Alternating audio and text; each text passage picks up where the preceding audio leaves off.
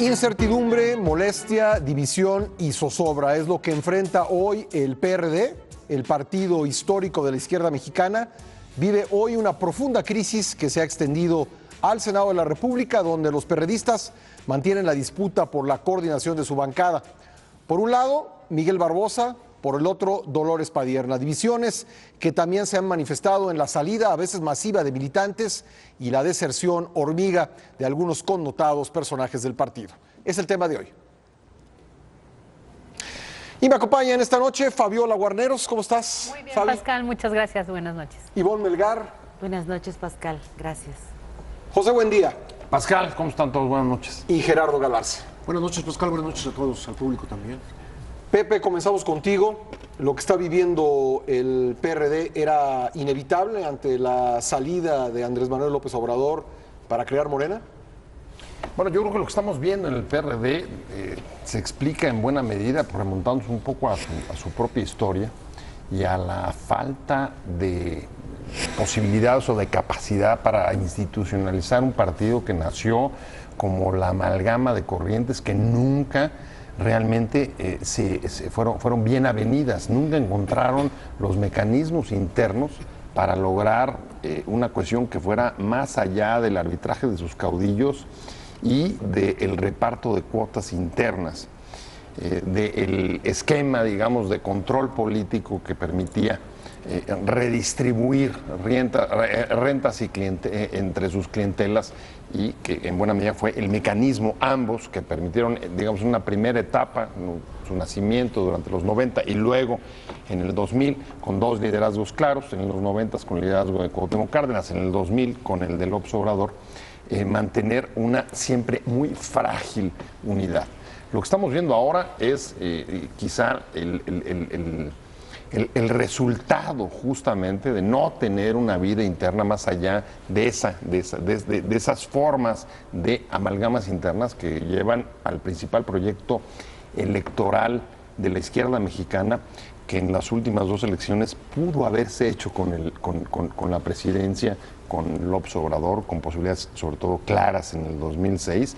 Hoy lo que estamos viendo es un partido que en el mejor de los casos pues amenaza con convertirse en una fuerza marginal y posiblemente en los próximos años no va a luchar por la presidencia, va a luchar por conservar su registro. Es decir, estamos ante pues una auténtica catástrofe. Fabiola Guarneros, a partir de lo que acaba de decir Pepe, debemos concluir que solo hay dos alternativas en los partidos políticos en México: o apuestan por el centralismo caudillista o intentan una suerte de democracia interna que termina fracasando, como en el caso del PRD. Sí, fíjate que hoy el escenario para los partidos en general está muy difícil, porque creo que el primer punto es: se olvidaron de sus principios, se olvidaron de sus plataformas y se olvidaron del electorado que los ha llevado a lugares a donde están. Entonces, la crisis que viven los tres partidos tiene que ver con que les importa más el poder, justo lo que dice Pepe, mantener estas cuotas, y entonces ya no hay ideología, entonces ya no hay qué defiendo, si un centralismo, si una izquierda moderada con vías a una mejor transición, ¿no?, para un mejor gobierno, un gobierno plural, o es una derecha a ultranza, o es una derecha moderada, o es una derecha izquierdista, o un revolucionario que también perdió la vela, ¿no?, y que también se está peleando al interior de su partido por mantener ese poder. Y en este momento, un joven, que es a donde se tendrían que atacar las baterías para poder tener un buen lugar en el proceso electoral, el PRD no tiene un mensaje para ellos. ¿Por qué quisiera un joven estar en el PRD? ¿Por qué quisiera un joven estar en el PRD? ¿Qué doctrina política le estaría ofreciendo si en los últimos años solo vio que se peleaban por el poder político los diferentes grupos que además representan diferentes doctrinas políticas? Yo ya estoy perdida entre el centralismo y el del derecho, ya no. El espectro ideológico sí se ha vuelto muy confuso. Dice Fabi Gerardo Galarza que el PRD pues arrió sus banderas, pero creo que también es un fenómeno del PRI, del PAN y sin embargo no vemos a esos partidos en una situación de descomposición interna como la que vemos en el PRD. ¿Por cuál crees que sea la diferencia? No solamente el PAN y el PRI, todos los demás partidos en el mundo. Hay una crisis del sistema de partidos terrible, del partido tradicional. Y a mí, en lo personal, compartiendo lo que dice Pepe y lo que dice Fabiola, a mí la verdad es que me lleva más a fondo. Este es el partido histórico, lo dijo Pepe Buendía, de la izquierda mexicana. El más numeroso de todos. Quizá no el más grande ni el más importante, pero sí el más numeroso y el que más esperanzas desató. Hay que decirlo con tristeza, yo lo digo con tristeza, que el PRD goza del registro del Partido Comunista Mexicano. Tiene su registro oficial basado en el Partido Comunista Mexicano, el partido más antiguo de este país. De la modernidad, fundado en 1919, aunque haya obtenido el registro hasta el 78. Y de alguna manera, entonces, el PRD es en alguna suerte el partido más antiguo del país. Voy para lo que dice, es el partido más antiguo del país. Quizá no en registro, que es el Partido de Acción Nacional, pero sí el que más historia tiene. Y ahí comparto con Fabiola. ¿Qué ocurre? La crisis de partidos, creo que se ha perdido la ideología, no solamente en México, en el mundo. Y yo creo que los jóvenes, los nuevos electores están buscando más que ideologías, esto que en otros ámbitos le llaman, o en otros lares llaman calidad de vida, ¿no? Donde buscan los electores la mejor manera de vivir y son capaces de tirar un gobierno porque les aumentaron las cuotas o porque les aumentaron los impuestos, no importa si sea de izquierda o sea de derecha. Las doctrinas se desgastaron, pero no solo se desgastaron, no tuvieron efectos reales sobre la vida de los ciudadanos, y los ciudadanos buscan ahora lo que sobre todo en Europa llaman calidad de vida. Y por otro lado, los partidos llegaron, lo voy a decir con todo el problema del PRD que está viviendo, una cosa se llama ideología y otra cosa se llama dinero. En el PRD todavía, fíjate lo que son las cosas, confluyen algunas personas que militaron en la guerrilla en los años 70, en esta época de la Guerra Sucia. Jesús Zambrano, por ejemplo. Sí, Camilo Valenzuela. Camilo Valenzuela. Y conviven otros que no tenían ni siquiera idea de ello.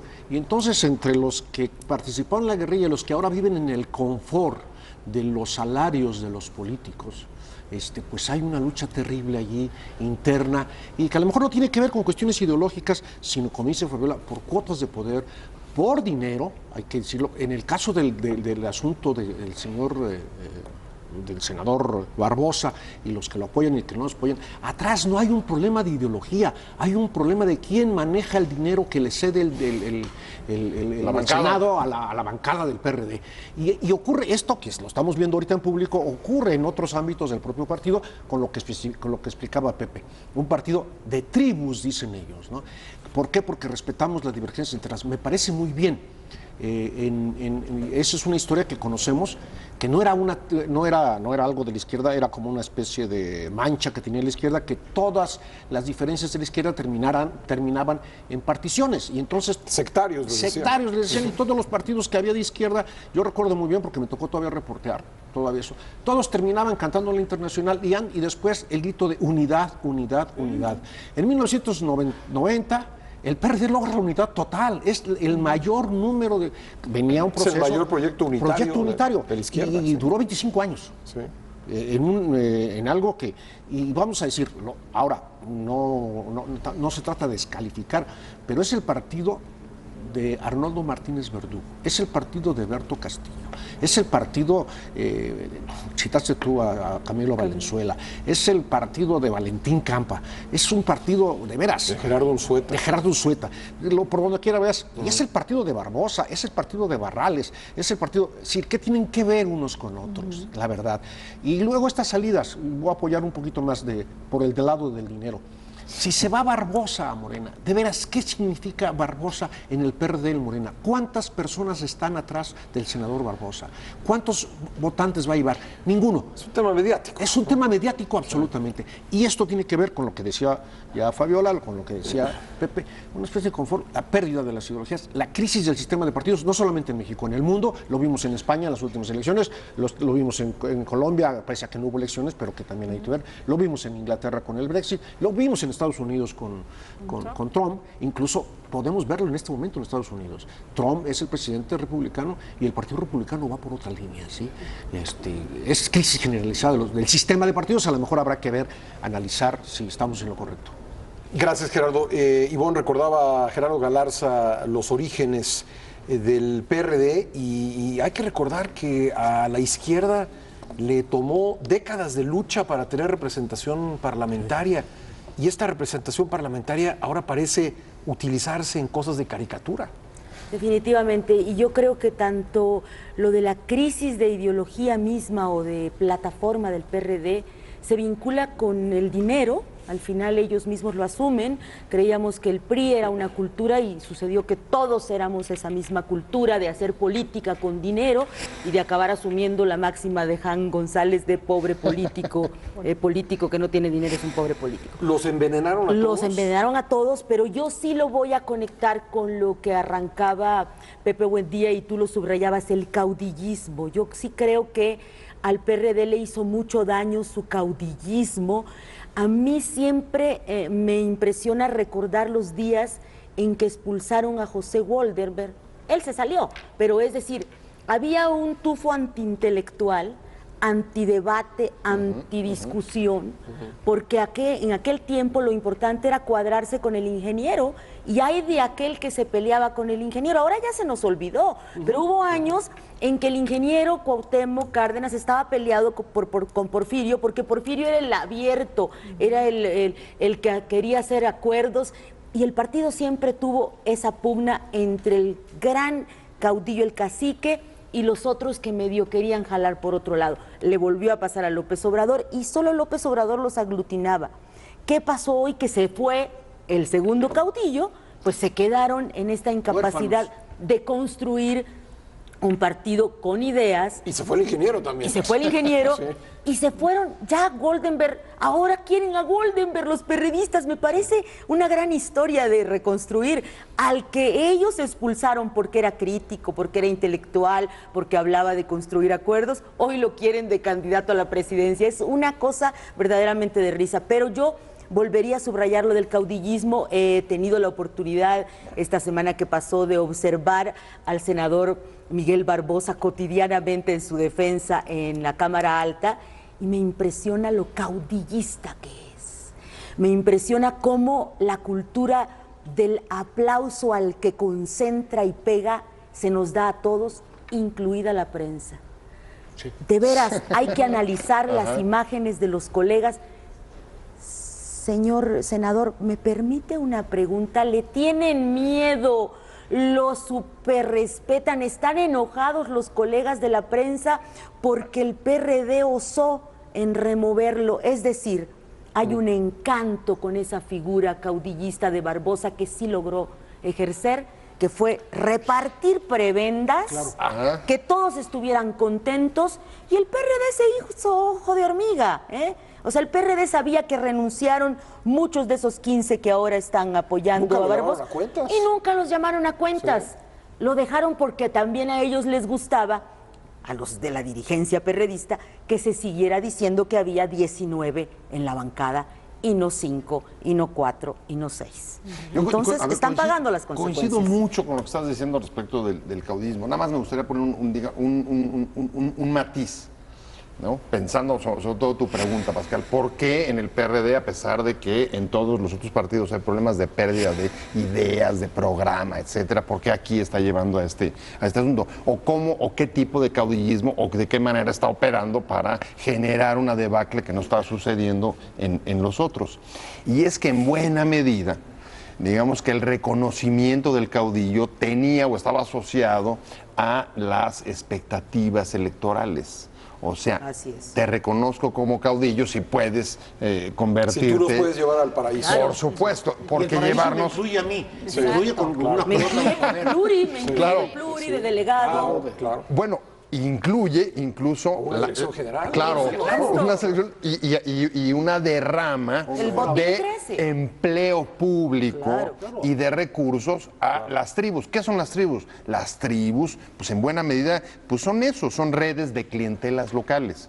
Y entonces, en la medida en que ganabas elecciones, entonces podías generar empleo, podías distribuir recursos y ser reconocido por eso, por el servicio que pones. Cuando se va López Obrador, se quedan sin candidato y sin caudillo. Sí, estás hablando de una dupla, ¿no? Caudillismo y clientelismo. Sí, pero yo creo que tiene que también ver, igual lo comentan aquí, en el origen, ¿no? si bien aglutinó en aquella época todas estas fuerzas de izquierda, todas estas mentes muy inteligentes, muy visionarias, muy de izquierda y muy respetables, no supieron construir una unidad dentro de un partido. Es decir, apostaron por un líder moral. Siempre en el PRD había líderes morales. Era Cuauhtémoc y después AMLO, y cuando se fue, ¿no? Y algunos inmorales, sí. Y algunos con ligas, pero bueno.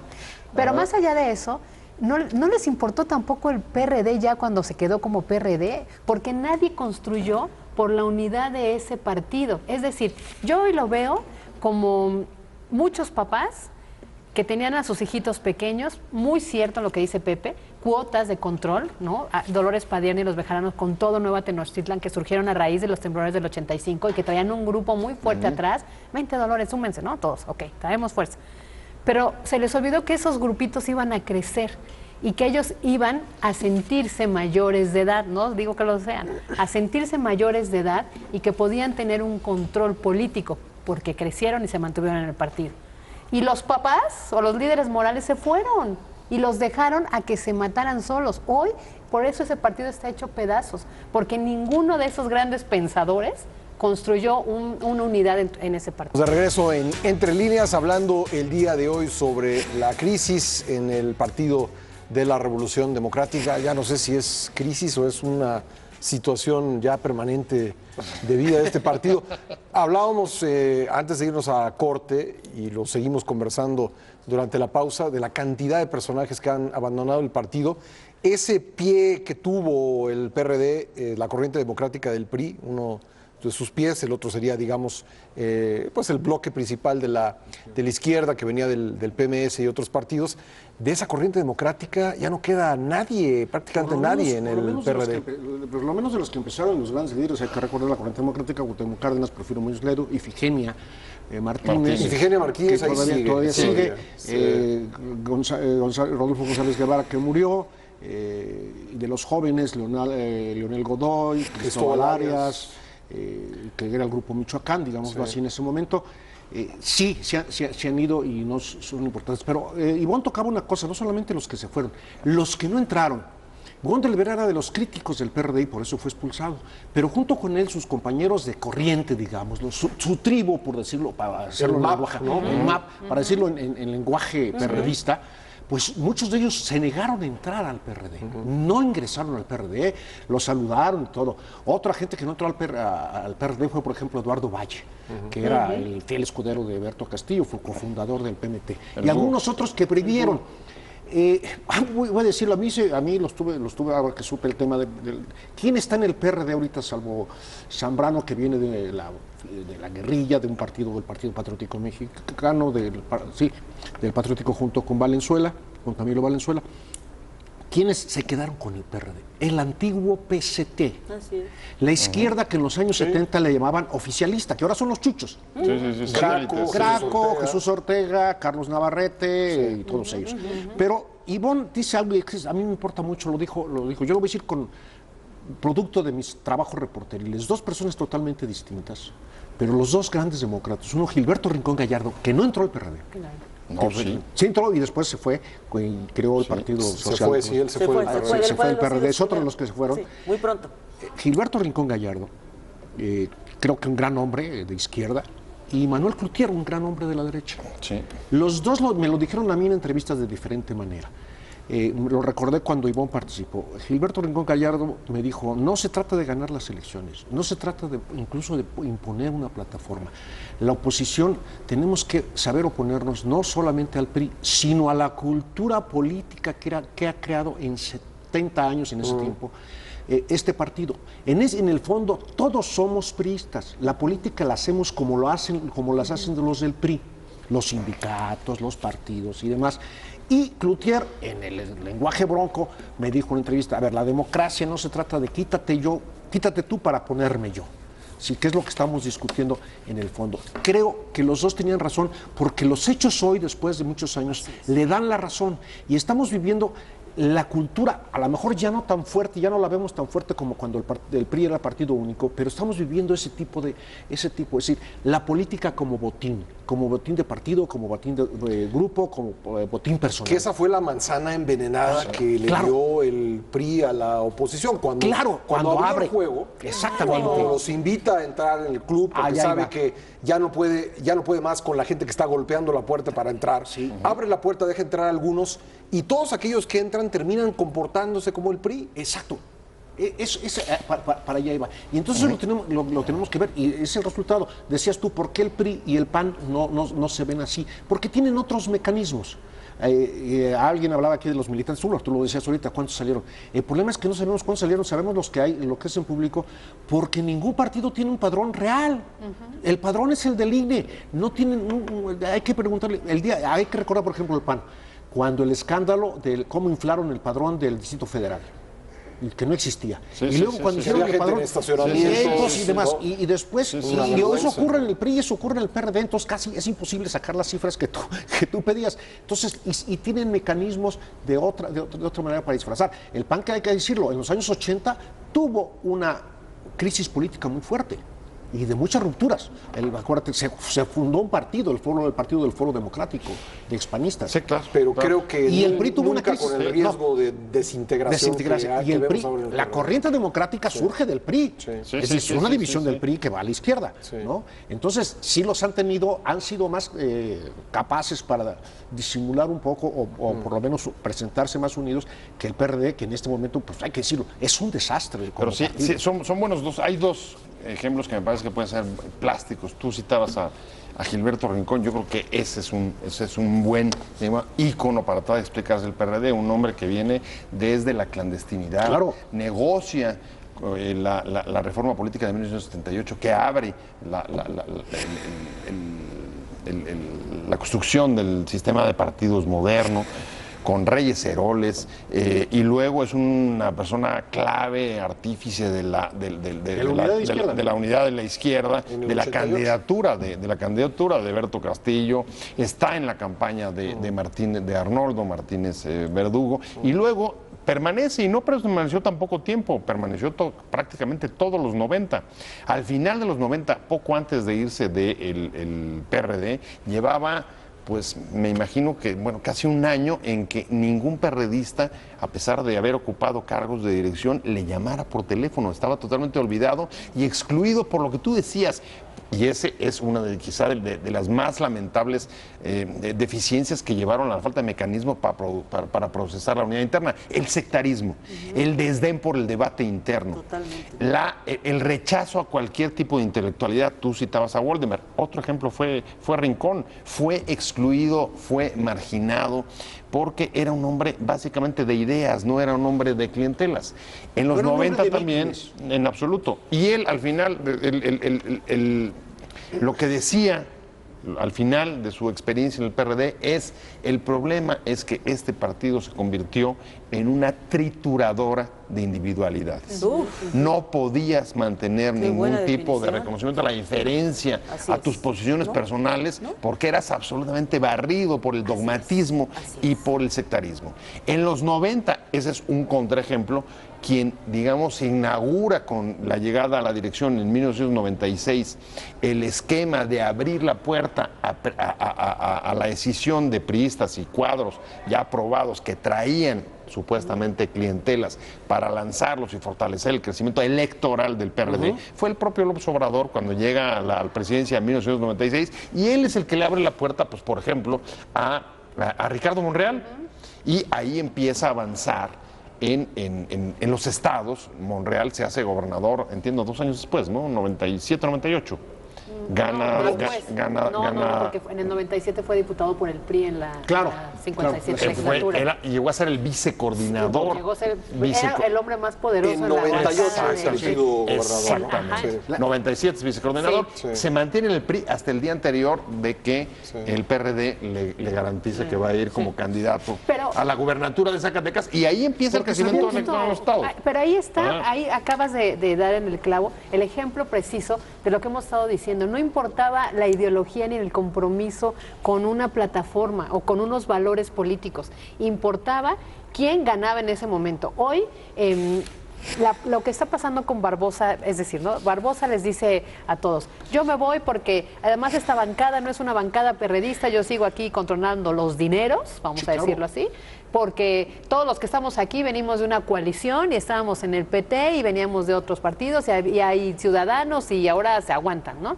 Justo hoy ya ningún partido responde por las decisiones que tomaron. Es decir, sí es cierto, se conformó una bancada con muchos del PT, con otros del PRD, con otros del Movimiento Ciudadano, y lo mismo llegó a los gobiernos. Y cuando ese gobernador, como el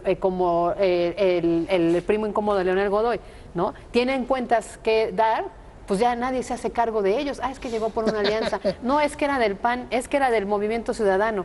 Y entonces ya no hubo un compromiso del partido.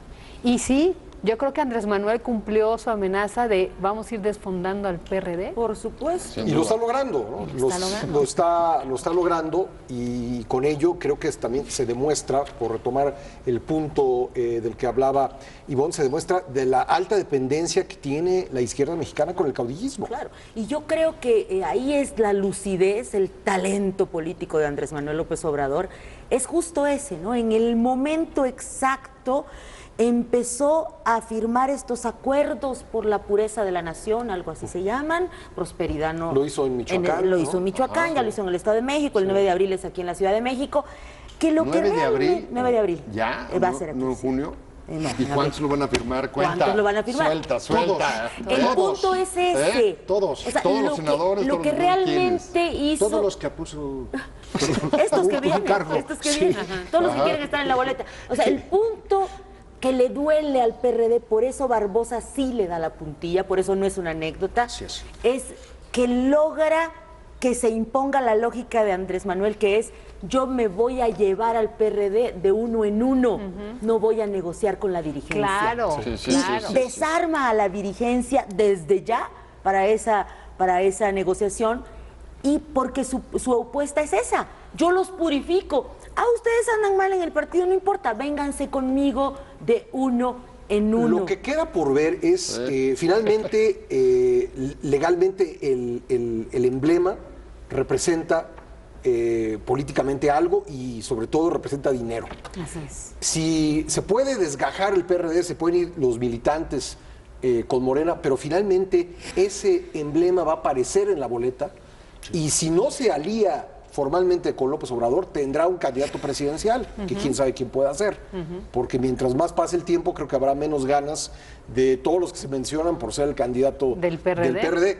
Pero ese emblema, con eso sí no va a poder, a menos, ahí sí tendrá que hacer una negociación con la próxima dirigencia que venga, porque en agosto cambia de dirigencia el partido, o hacer una negociación, o de plano ejercer una tal capacidad de atracción que esa siguiente dirigencia vaya naturalmente hacia López Obrador y lo postule como candidato. Ese punto que está señalando, Pascal, es justo el que tienen en la mesa quienes todavía consideran que no hay que desechar en el PRD la idea de decirle, Andrés Manuel, negociemos, vamos contigo. Todavía vale pero algo esta casa, sí, ¿no? Sí, porque lo que ellos argumentan, y yo platicaba con uno de estos que ha sido siempre de Nueva Izquierda esta semana, argumentan, si le vuelve a pasar a Andrés Manuel lo que ya le pasó 2 veces, que está a punto de ganar y pierde, ¿qué será de la izquierda? Morena no es un partido, Morena no es una institución, Morena es la plataforma de Andrés Manuel. Pero si nosotros nos quedamos al margen, dicen los perredistas, y nos vamos con Mancera, o otros dicen vamos con el PAN, pues obviamente ese logo todavía va a valer lo que tú señalas. Es mejor, piensan estos perredistas, que valga con López Obrador, que finalmente ha sido nuestro candidato en las otras 2 ocasiones. Yo creo que no vale solo. A ver, tan es así, tan coincido con lo que dices, que ahí está la respuesta que han dado los gobernadores perredistas a la crisis en el Senado. Todos los gobernadores que sienten que tienen aspiraciones o que pueden ser ellos los candidatos, ¿no? Desde Mancera, el de Michoacán, Graco Ramírez, hasta Nuños han salido a apoyar la decisión de la dirigencia de destituir a Barbosa. Porque dicen, nosotros no están aspirando en serio.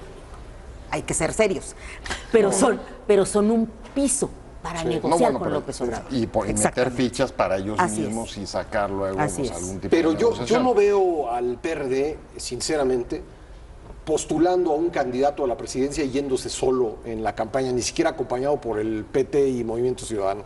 Yo creo que ese emblema solo vale en estos momentos, solo tendrá algún tipo de éxito en 2018 si se decide, tiene dos opciones de alianza, con el PAN o con López Obrador. Bueno, Exacto, ese es quizá uno de los puntos centrales que, Yo no creo que solo que pueda. generan confrontación interna en el PRD. supuesto. Si tienes que buscar algún tipo de diferencia más allá de la lucha por las prerrogativas y el botín, es con quien voy.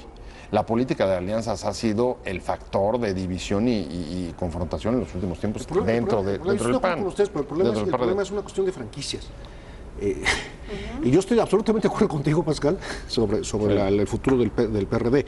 Pero finalmente la franquicia está allí. Sí. Hay que recordar, por ejemplo, que en la campaña de 1980, la que culminó en el 88, la plataforma política de Cuauhtémoc Cárdenas y Porfirio Muñoz Ledo, si no me equivoco, el 12 de octubre de 1987, fue un partido que se llamaba Partido Auténtico de la Revolución Mexicana.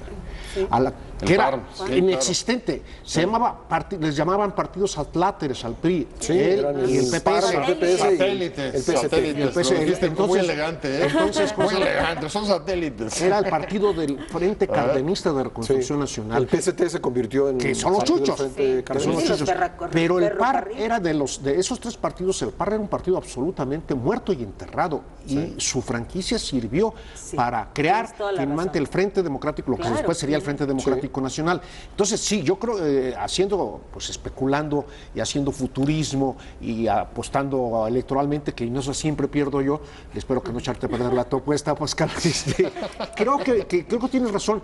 Pero finalmente es una franquicia que se puede jugar con algo, entre ellos esas alianzas, pero habrá a lo mejor valdrá voy a decir una tontería. 5% a lo Pero mejor. surge un pero- empresario, así como surgió el señor Romo, que está buscando algo en sus negocios, surge otro empresario que le quiera meter dinero al PRD. Puede ser. Con una candidatura más o menos de estos, y entonces a lo mejor no ganan, pero el presunto No, triunfo bueno, ahí de está el Andrés ejemplo Manuel- de Dante Delgado, que ha sido muy Exactamente, hábil con muy su hábil. franquicia, Sí, con su franquicia. en buscar candidatos, pepenar candidatos Por todos lados y dividir a todo poco a poco ha ido subiendo su Así es. su nivel de votación y también lo que vale Sus prerrogativas. el dinero del Sí, partido, ¿no? partido, así es. Y ahora, qué bueno que ya le dieron el ángulo de franquicias, ¿no? De marca, de que el PRD lo único que tiene es su logo y sus colores, porque de otra manera no tiene candidato, no ha podido resolver el Estado de México, o sea, tiene una dirigencia muy No emociona a mermada, nadie. No emociona muy a nadie. mermada, ya muy cuestionada, una dirigente que tuvo que decir, bueno, pues si la mayoría de la militancia apoya a Andrés Manuel, pues nos vamos con él, cuando se supone que ella está ahí para trabajarle a Mancera, ¿no? Entonces dices, ¿qué pasó? Pero bueno, a lo que voy es y lo que dice Ivonne ahí en ese contexto, o sea, Barbosa dio la puntilla para decir, a ver, pero solo eso, o sea, Barbosa solo es imagen. Barbosa solo fue mediático para decir, nos vamos, para ir dando el ejemplo de la desfondada del PRD. Porque yo, con todo respeto, Barbosa atrás de él no hay nadie. Ese es el punto. Yo diría que hay dos PRDs. Uno que es el de los orquídeos, le llaman, que son solo de adorno. Y con todo respeto, ahí entra Barbosa. Yo diría que también Alejandro Encinas y todos estos que no tienen trabajo de base. Bueno, Encinas ya está fuera. Ya está fuera, pero es parte de la bancada perredista y defiende a Barbosa. Pertenece al PRD, la bancada, sí, pero Están está las claro, está personalidades, claro, está claro. los que siempre han estado mediáticamente disputando, van a la tribuna, y están los que trabajan terreno.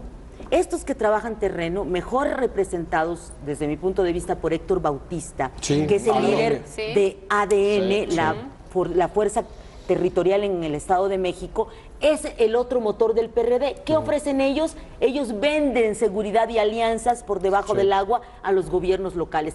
Porque no nos olvidemos que la crisis de Barbosa se da en el momento en que el PRD por primera vez en el Estado de México está en cuarto lugar Y no logra sacar candidatos. y no logra sacar candidato porque va a jugar con el PRI. Vamos a Entre Líneas, estamos hablando sobre el Partido de la Revolución Democrática, la crisis que está enfrentando y cuál puede ser su futuro rumbo a 2018. Pepe Buendía parecería que tiene pues tres opciones, o se alía con Morena, hablo formalmente, o se alía con el PAN, o lanza un candidato por su cuenta, quizá apoyado por el PT, quizá por Movimiento Ciudadano, aunque yo no daría eso por seguro. Por sentado.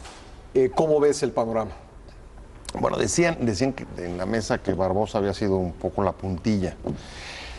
Dentro del grupo de los Galileos comentaban recientemente, algunos de sus inteligentes integrantes, que el Estado de México había sido el gasolinazo para el PRD. Claro. Y había sido el gasolinazo justo porque sí es, y está ahí el emblema, está ahí la patente, pero no solo eso, están también muchos problemas internos, como demostró, decías, Fabi hace rato, pues el propio proceso en el Estado de México. Y uno de los problemas centrales que te lleva, pues esto, el funcionar como redes de clientelares locales, pues es la intervención de los gobernadores en el Estado de México. Recordaba por ahí otra anécdota del propio Encinas cuando fue candidato, que decía que cuando fue nombrado para competir, fue a buscar a Peña Nieto. Y Peña Nieto le dijo que para qué quería verlo, y él dijo, pues quiero ver al verdadero dirigente del PRD en el Estado, para poder armar mi propia campaña y tener las garantías suficientes. Sí hay un problema muy grave para armar esas alianzas, justamente. ¿Con quién van a ir? Pues depende, porque lo vimos en el Estado de México con la incapacidad o la imposibilidad de construir la alianza que a algunos les parecía que era imprescindible para poder ser competitivos. Hoy está, lo decías, en el cuarto lugar. ¿Cuáles son los factores que van a decidir el que vayan con el PAN o que vayan con Morena? ¿El resultado electoral en el Estado de México? Exacto. Ahí de entrada va a haber una primera aduana.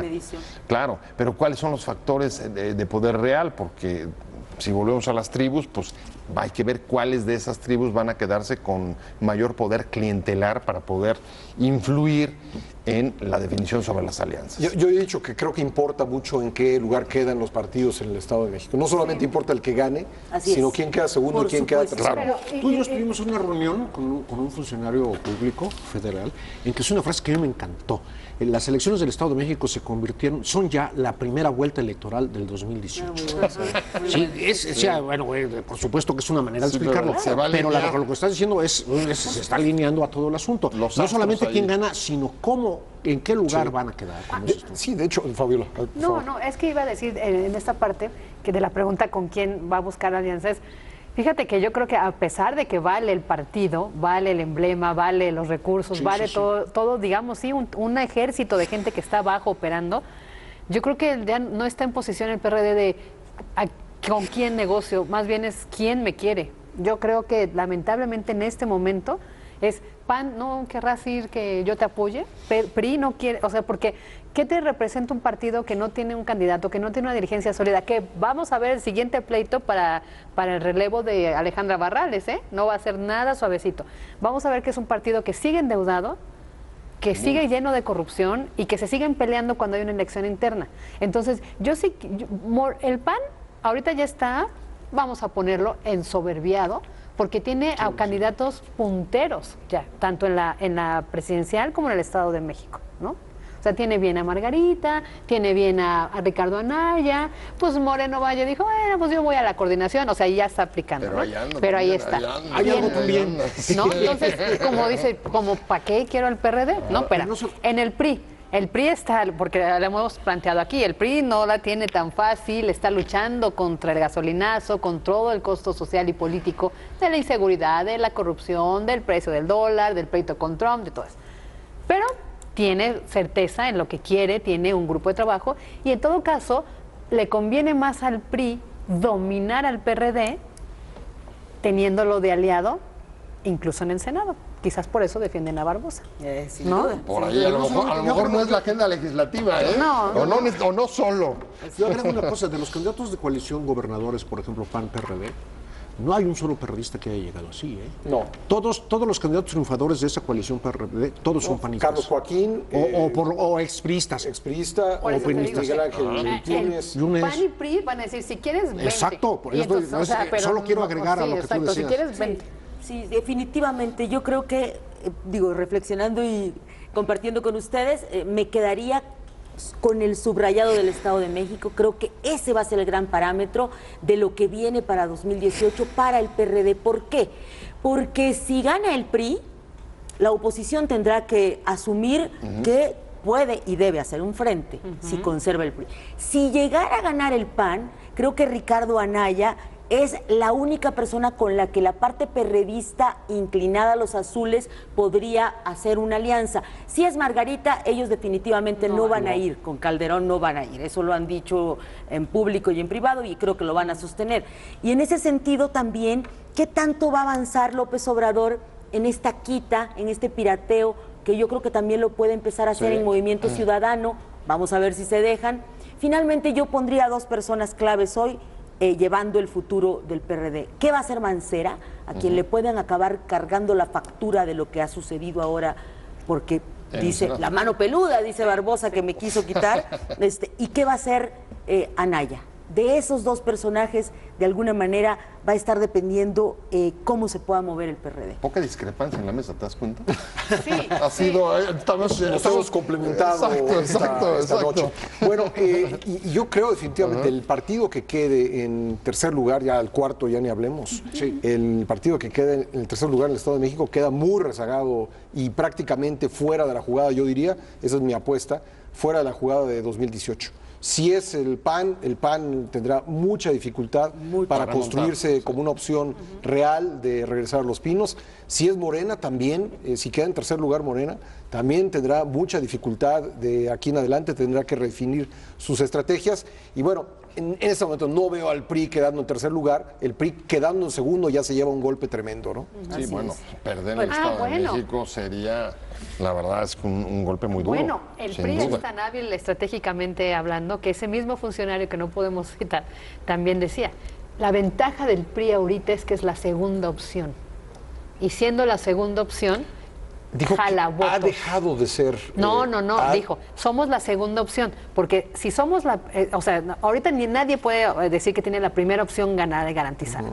Si ahorita nos convertimos en la segunda opción que pasa en el Estado de México, entonces tú dices, no, Delfina, pues no, Josefina, no, pues entonces el PRI. O sea, en ese es su juego político, ser la segunda, o sea, no, mejor me voy Pero con yo eso. creo que esa posición de los segundos... el menos malo. El menos malo, creo que el PRI ha ido perdiendo esa posición de manera muy acelerada. Sí. Ahora yo vería en el Estado de México inclinado incluso a alguien que no le convence totalmente, que es panista, pero no le convence Josefina o cree que Josefina no va a ganar.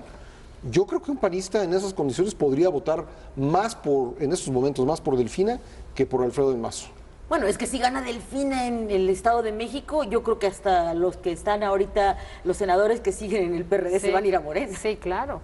Pero ya la fuga sería terrible. Sí, la verdad es que la cosa está para cualquiera en el Estado de México, cualquiera de los 3. Esto nos trae a un asunto que ya habíamos discutido aquí sobre las militancias de los partidos, ¿no? Sí. En algún otro programa de estos, Pepe habló de 40% de indecisos en la elección presidencial y la cifra llega en algunas otras encuestas hasta el 60%. Así es. Es decir, gente que no milita en los partidos, gente que decide su voto como se dice antes, en la boca de la urna y que son finalmente los que deciden las elecciones y entonces vienen esas opciones que tú planteas ahora sí que vamos a votar por el menos malo, como lo hemos hecho en los últimos, los años más recientes acá en México. Aunque ahí tengo una duda. Pero el asunto es, ahora, entre los indecisos también, hay que recordar, no Morena, sino Andrés Manuel, pues tiene una ventaja de 18 años continuos de campaña, hay que decirlo, y es el que mejor recoge la descomposición, el descontento social, el desprestigio de los políticos. Es igual que todos los demás, pero él lo ha sabido recoger, ha sabido cosechar, y entonces, bueno, pues esos indecisos también pueden estar. Yo creo que los encuestadores tienen que preguntar no solamente quién es la primera opción del electorado, quién es el candidato del partido por el que nunca votarían, por el que incluso votarían por otro para evitar que llegara. Su voto para torpedearlo. ¿Y quién es la segunda opción? Lo que tú escribiste, ¿no? La fobia que tienes a los candidatos. Yo creo que eso pesa mucho a la mera hora, sobre todo en el último tramo de la campaña. Es que ahí sí hay una duda, ¿no? Por lo menos la pongo sobre la mesa y es, en efecto, Delfina, la candidata de Morena, ha crecido muchísimo por el voto, digamos, del enojo, de la indignación de los municipios conurbados, donde su crecimiento y su ascenso ha sido muy fuerte.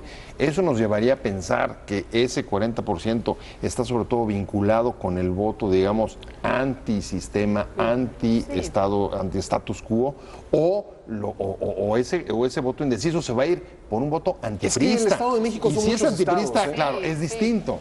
No es lo mismo la lógica en el Valle de Toluca que la lógica en el Valle de México, O en que, el Estado de que en el México. sur son varios estados el Estado de México. Yo creo que Totalmente. Delfina tiene ganado ese sector antisistema, sobre todo en el Valle de México. No estoy seguro. En la zona conurbada. No estoy en la zona conurbada. Sí. No estoy seguro en el Valle de Toluca. ¿eh? Ahora- Ahí sería antiprista, en todo caso. Ahora, me parece Si hubiera un muy- voto de castigo.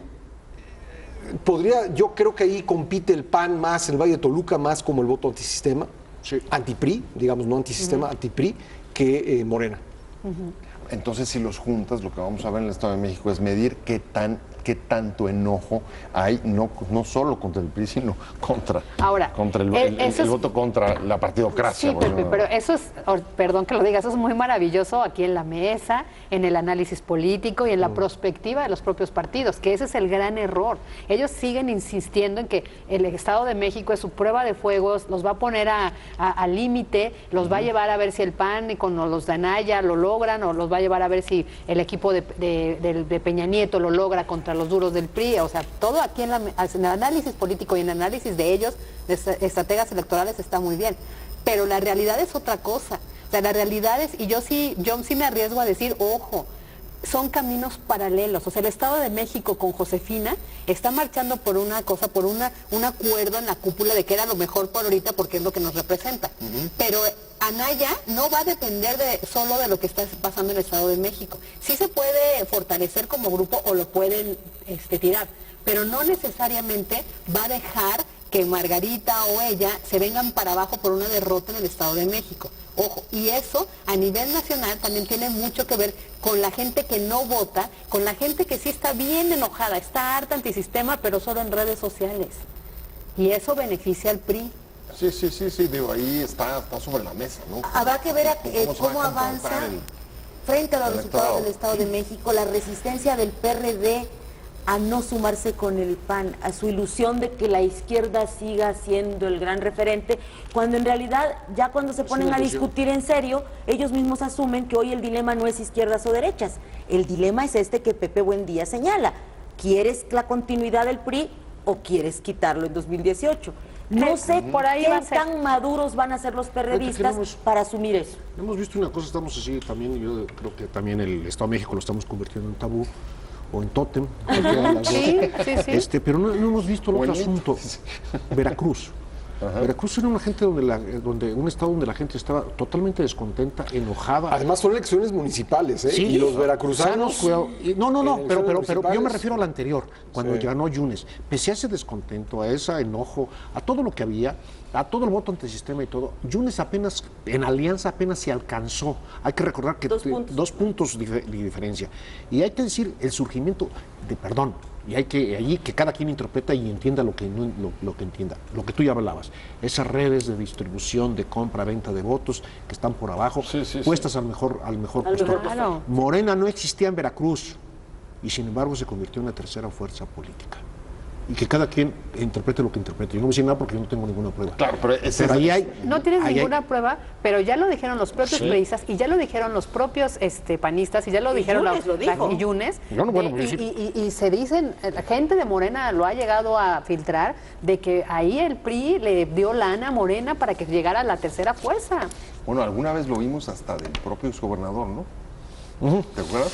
Sí, bueno, lo dijo, Alguna vez lo dijo Duarte. algo sugirió. Lo dijo No, Duarte. no sugirió, lo dijo con Lo todas sus dijo. letras. Pero vamos a ver que no le creemos a Duarte por toda, Sí, por todo lo- toda la sus imagen que Dijo tiene. que él tenía un acuerdo con López Obrador. Eso fue Así lo que de- dijo. así de claro. Y, Sí, así de y claro. eso, ahí sí, como dice Fabiola, es cuestión de si uno le cree a Duarte o no. Sí. Bueno, igual y hay pruebas y esa bala de plata un día de esto se usa. Bueno, Yunes, que ahora está, Yunes, que Debe ahora haber está. varias ahí guardadas. Espérame tantito, porque hay que decirle, Yunes, que ahora está con la bandera del PAN, porque hay que recordar que era priista de Hueso Colorado, que trabajó y era alumno de Elbester Gordillo, ¿no? El que ahora representa al PAN también ya lo dijo, él lo dijo, sí, Morena recibió dinero para la elección electoral. Es También lo ha dicho. muy arriesgado para Yunes afirmar una cosa así sin tener... Bueno, pero también ya sin dijo tener que pruebas, ¿no? los niños de cáncer que se habían muerto, o sea...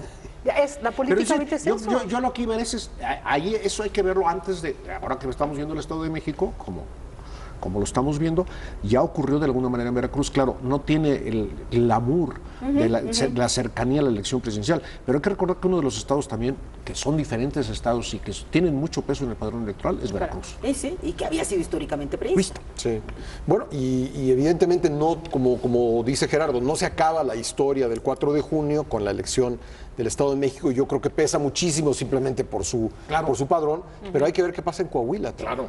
Imagínate Coahuila va a ser importante. el triunfo del grupo priista que encabeza el exgobernador Moreira, donde se supone que los coahuilenses y los mexicanos estamos muy enojados, muy decepcionados, y que gane abrumadoramente esa corriente priista. Oye, si se diera el 3-3 que ha pronosticado tanto Enrique Ochoa como Enrique Peña Nieto, ¿sí?